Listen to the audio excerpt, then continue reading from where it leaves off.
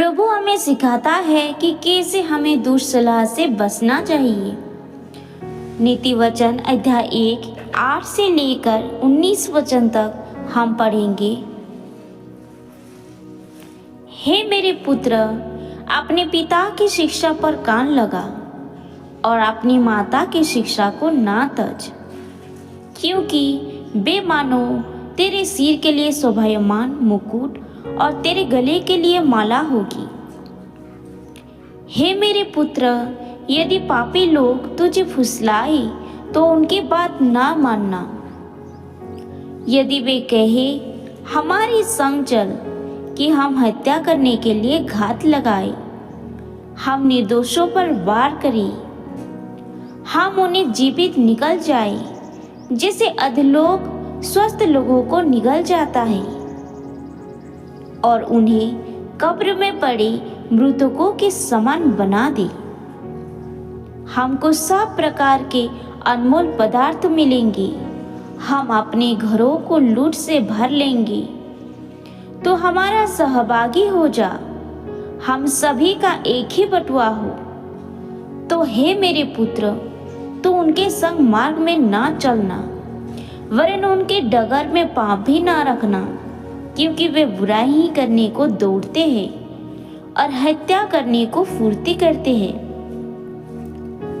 क्योंकि पक्षी के देखते हुए जाल फैलाना व्यर्थ होता है, और ये लोग तो अपने ही हत्या करने के लिए घात लगाते हैं और अपने ही प्राण की घात की ताक में रहते हैं। सब लालचियों की लालच ऐसी ही होती है, सब लालचियों की चाल ऐसी ही होती है। उनका प्राण लालच ही के कारण नाश हो जाता है। परमेश्वर का वचन कहता है हमें हमारे माता पिता के बात को मानना चाहिए, हमारे माता पिता के शिक्षा पर कान लगाना चाहिए। अगर कोई हमें बुरा काम करने के लिए बहलाए फुसलाए तो हमें उनके बात नहीं मानना चाहिए। परमेश्वर कहता है अगर कोई हमें निर्दोष पर वार करने के लिए बुलाता है, निर्दोष को हत्या करने के लिए बुलाता है, तो हमें उनके साथ नहीं देना चाहिए, हमें ऐसे बुरे संगत में नहीं रहना चाहिए। क्योंकि बहुत सारे लोग जो लोग हत्या करते हैं, चोरी करते हैं, व्यभिचार करते हैं, गलत काम करते हैं, वो लोग सोचते हैं कि हमें कोई नहीं देख रहा है। लेकिन परमेश्वर का वचन कहता है पक्षी के देखते हुए जाल फैलाना व्यर्थ होता है। परमेश्वर सब देख रहा है मेरे प्रियो।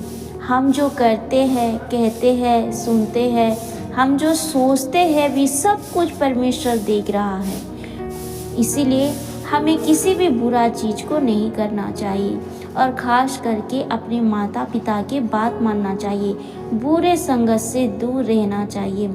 आजकल के यंगस्टर बुरे संगत में पड़कर अपने जीवन को बर्बाद कर लेते हैं। प्रभु के मसीह में जीवन व्यतीत करना तो दूर, ऐसे बहुत सारे यंगस्टर हैं जो लोग गलत संगत में साथ बिताना, समय व्यतीत करना उनको अच्छा लगता है, और ये इसी कारण उनके जीवन बर्बाद हो जाता है। प्रभु का वचन कहता है बुराई करने वाला हमेशा बुराई करने के लिए दौड़ता ही है और हत्या करने के लिए दौड़ता है। इसलिए प्रभु कहता है कि हमें उनके संग मार्ग में नहीं चलना चाहिए, वरन उनके डगर में भी पाँव भी नहीं रखना चाहिए।